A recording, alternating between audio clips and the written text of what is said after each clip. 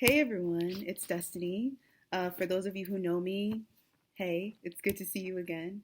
And then for those of you who don't, I hope I don't scare you too much with this video.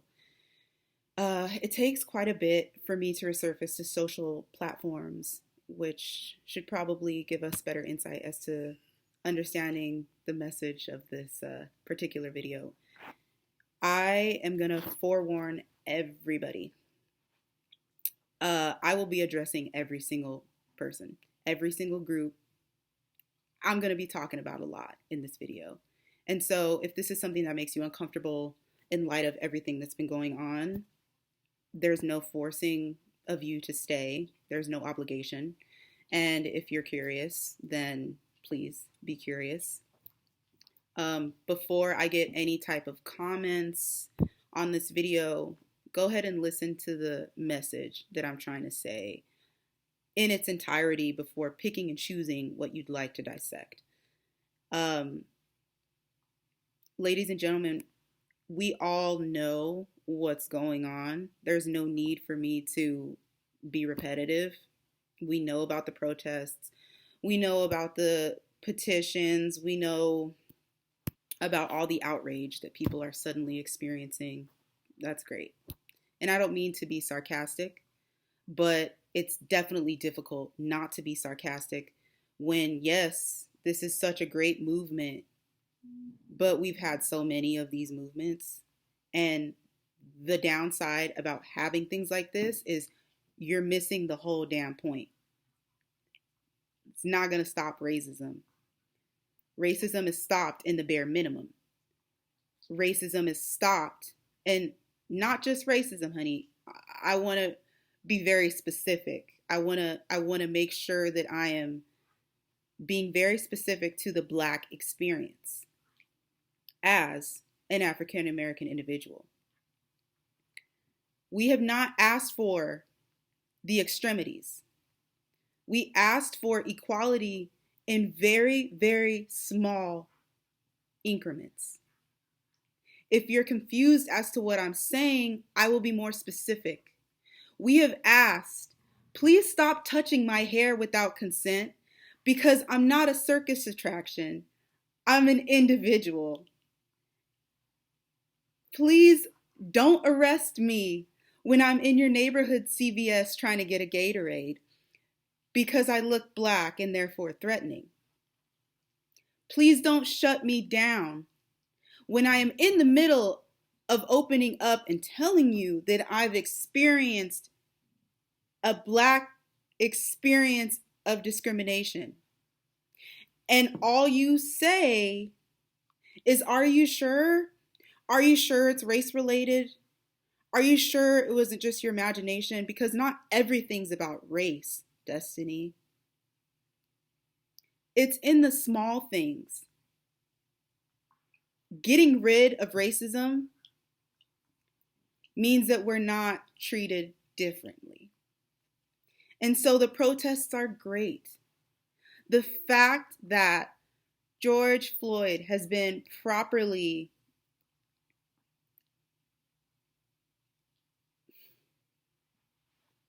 and we can't even talk about the death of George Floyd because, again, it should not take a man dying. I appreciate all of that, but it should not have taken him to die for people to start giving a fuck. And I apologize for the language, but ladies and gentlemen, it is just that type of video today. There's death, and then there's things that are pretty bad, just like death. And Black people have been enduring it since day one. I want to talk to my Caucasian brothers and sisters. I want to talk to my other people of color, other groups, other cultures. I want to start pointing out the differences. And before I get into that, I want to say to each of you, to all of my communities, to my Asian communities, to my Latinx and my Indigenous and my LGBT communities, thank you for not making the Black Lives Matter movement about you. This is a big deal. And that is because we can't keep generalizing each culture's problems as one problem. There is no, oh, our problem is worse and our problem is worse. No, no, no. We have different problems and they're all terrible and they all need to be rectified and healed. But, for example, if whatever is going on in the Asian community or Latinx community, LGBT community, if I am not part of that community, it discredits what is going on in their community by me being fraudulent and saying, oh yeah, I know exactly what they're going through because I'm Black. No, no, no, no, no. I'm never going to know what that's like because I don't belong to that community. But what I can do is I can care. And I can march with you, and I can be by your side, and I can fight for you. That's what each of us can do. Because we're all different and we belong to different communities, but we all have the same fight. We have the same goal. And so that is what I mean by thank you for not making this about you, because whenever there is a situation going on in one particular community and culture, it needs to be healed individually, so that all of us are healed as a collective. And I hope that I've said that in a way where people don't get offended or people don't make it about them. Or I hope that I have said that in a respectful and clear way, because it happens. It happens. And so again, thank you for noticing that our house is on fire and it's our house that needs that healing. Not everybody else is right now. Thank you for that. I want to make sure that we don't forget who Amy Cooper is. I want to make sure that in light of George Floyd's death and the protests in which it came through, people who weaponize their white privilege, such as Miss Amy Cooper, are thanking God that George Floyd is dead. She is probably so happy that this happened right after her tirade with the man in the park, because this means that she gets dismissed for weaponizing her privilege against a Black individual. Let's go back and remember Emmett Till. Let's go back and remember the Central Park Five and how false police accusations in this country reflect as a direct death threat to African American individuals, and this should not be ignored. Just because she did not directly cause death does not mean that it could not have happened. It happened to be a recorded case, and who knows, that video might have just saved that man's life.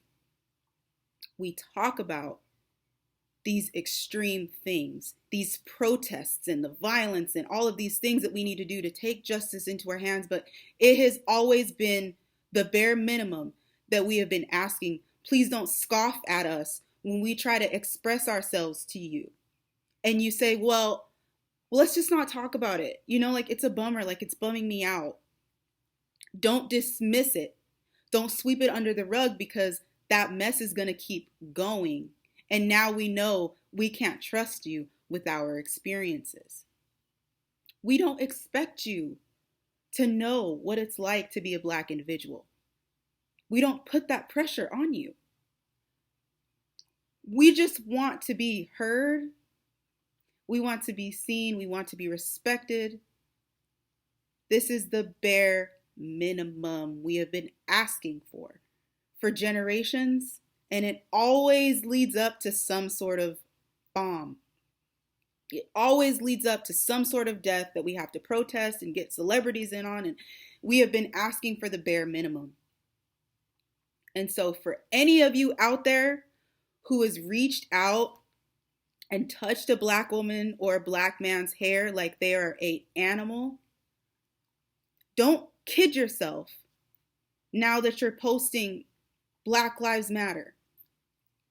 Anyone who has allowed their friends to be racially profiled while they've been in a car or driving, don't kid yourself while you post these little hashtags, because you're not really an ally.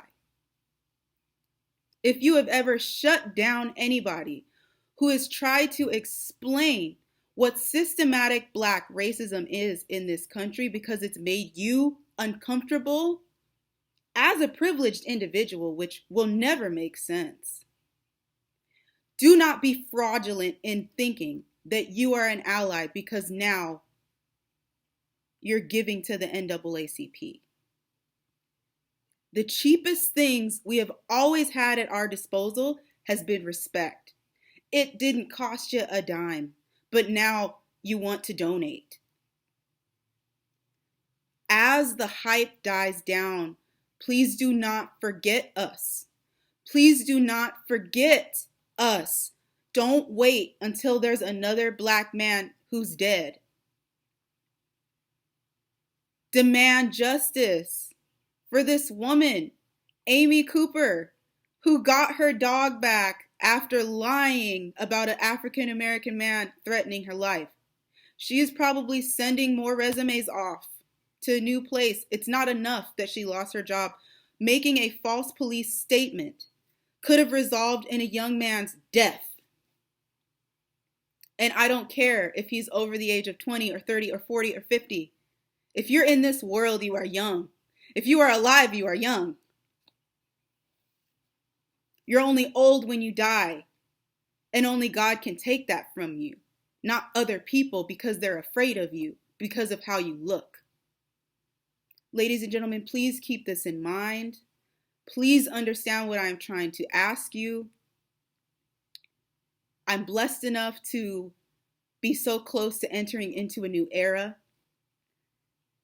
I'm blessed enough to see a new birthday this upcoming Saturday. And what you can do for me is not post on my wall or call me and tell me happy birthday. The best birthday present I can get right now is for you to be an ally when nobody's looking. When all of this shit dies down, because it will, George Floyd will be forgotten, all the outrage will die down, and people will be like, oh, everything, and everyone's going to start getting distracted with other issues. What you can do for me and what you can do for your other Black sisters and brothers and what you can do for yourself is be an ally when nobody's watching you, when you don't feel obligated or pressured to use the hashtag Black Lives Matter, when you don't feel pressured or obligated to do all of these things like protest and take an Instagram picture with a few Black people. Like, when all of this dies down, please don't let our dehumanization continue. We always ask for the bare minimum. Because when we ask for the bare minimum and we get what we ask for, we get that respect, we get that initial equality in the way in which we are perceived to other people, our friends, our families, our neighbors. When we get that common respect, we don't need to expect any death, any violence. Because we're all living together. There's no expectation because we're different. That is what I hope and pray that I've expressed well enough. I'm usually much better at words and much more eloquent than this, but I am in my darkest heart when it comes to asking for the bare minimum, seeing extremities happen on the news, and wonder, could all of this have been avoided if you had just listened to what I have been consistently telling you that I've needed as a Black individual? Be an ally when we're not there, when you literally have no obligation. And that's honestly the only thing that's going to change, is all the shit that you decide to do when no one's looking. Let it be positive, ladies and gentlemen. We're all in this shit together. We might as well love each other through it. It's going to go by a lot quicker. It's going to be a lot more pleasant. That's all I really have to say. I hope you guys are staying safe. We have two viruses we're fighting right now. One that's caused a lot of death, one that's brand new, and the other one we've had for a really long time that's caused a lot more death than this new virus. Ladies and gentlemen, slavery is not done. It's not done. And the sooner we can understand that, the sooner we can stop being afraid to have conversations, or we can stop being afraid to be bummed out by the race card. And there is no race card. There's only truth and experience. Bye.